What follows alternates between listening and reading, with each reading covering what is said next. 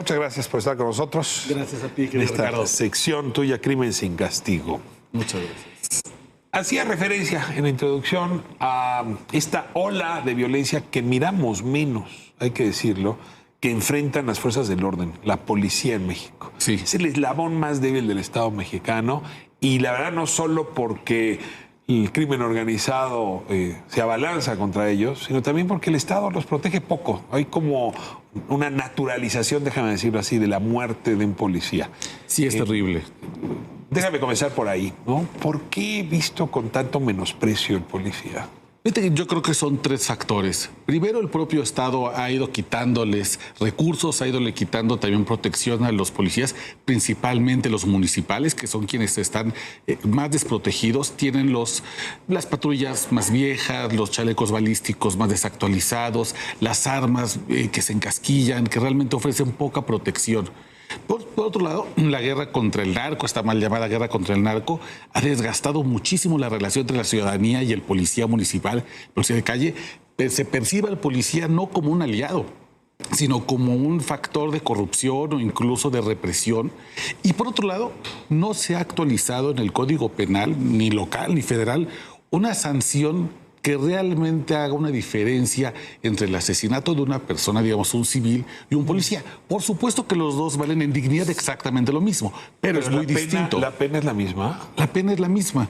No se ha, por ejemplo, con países como Estados Unidos, donde sí hay una diferencia del castigo. Agravante. Esto me tomas por sorpresa. Tendría que ser un agravante. La mayoría. Y es que, ¿sabes? Es que además ocurre un perdón fenómeno. que te lo pregunte. Si se asesina a un juez, a un presidente municipal, un secretario de Estado, ¿no hay una pena más alta que si se asesina a una persona, a mí pues, Claro.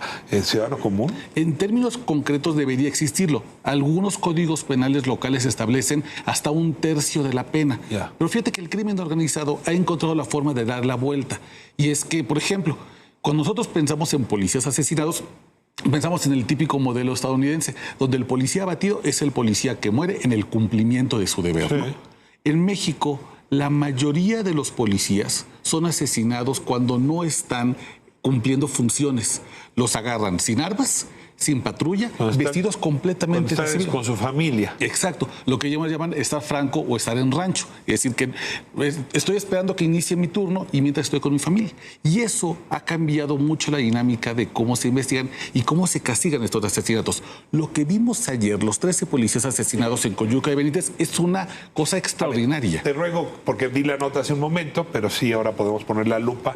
¿Qué pasó en Coyuca de Benítez ayer? Porque son muchos, 13 policías. 13, no habíamos Además, iban visto... en la carretera desde Acapulco hasta Zihuatanejo, Sí. y de pronto más de 30 personas los cazan y los asesinan. O sea, sí es una escena de terror. ¿Qué nos puedes decir de ese evento? Es terrorífico porque además no habíamos visto 13 policías asesinados en una emboscada desde Coatepec de Harinas, que tú has de recordar muy bien, o también el enfrentamiento de Aguililla. Estos dos dejaron 13 policías asesinados y movieron De la ciudad. Coatepec de Harinas es cuando los hermanos estos, el Pez y el Fresa, Exacto.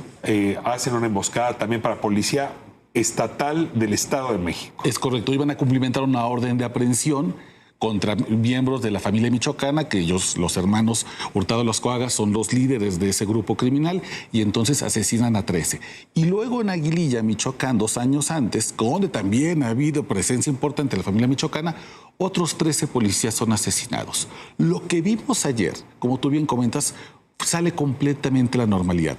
Más de 30 los ¿Cómo me emboscan. defines normalidad, por favor? O sea, sale de los parámetros conocidos. Salen los parámetros conocidos, primero porque es el número 13, volvemos a tener esa cifra de terror. Después porque los policías son asesinados en distintos momentos.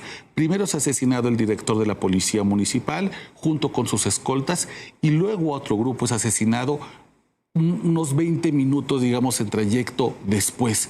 Todos asesinados con uniforme, la mayoría esposados con las manos atrás y además pues, con tiros de gracia. Esto sale, digamos, de la normalidad porque el crimen organizado asesina policías, como te conté, los agarran mientras van caminando con sus familias.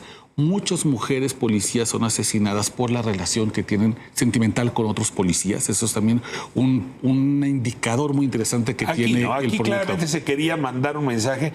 ¿Por qué a la policía de Coyuca de Benítez? Es decir, ¿qué de tus conocimientos te permite saber cuál era la razón, el motivo, el móvil por el que el jefe de policía y el resto del personal fueron abatidos de esta manera? Lo que sabemos es que el jefe de la policía sí había recibido amenazas. Amenazas no sabemos todavía de quién. Hay 6 grupos criminales en Coyuca de Benítez. Los más importantes son Cártel Jalisco Nueva Generación, la familia michoacana, que es conocida por emboscar policías. Los hermanos Olascoaga. Y también una facción de los Viagras, que de repente juega con uno, con otro. Coyuca hoy es territorio en disputa de 3 cárteles. Completamente. Había la acusación de que la policía estuviera sirviendo al cártel aliado. Perdón que te lo pregunte. ¿Hay alguna sospecha que se tratara de este móvil? Los grupos de autodefensas aseguran que la policía municipal, por temor, ha estado trabajando con grupos criminales. Y no hay que olvidar que el fiscal regional de la zona de Tierra Caliente, que fue asesinado hace poco, fue asesinado en Coyuca de Benítez. Un exalcalde ya fue asesinado este año en Coyuca de Benítez. Y muy cerca, en Chilpancingo, que es prácticamente a 1 hora de distancia, fue asesinado el jefe de la Fiscalía Federal de la FGR en Guerrero. Es una zona de mucha disputa. Ahora, en efecto, hemos tratado con menosprecio a la policía municipal. Claro. No le damos recursos. O bien la cooptan, o bien la compran, o bien la matan. Y en ese sentido me pregunto contigo si de plano no tendríamos ya que sustituirla por la Guardia Nacional.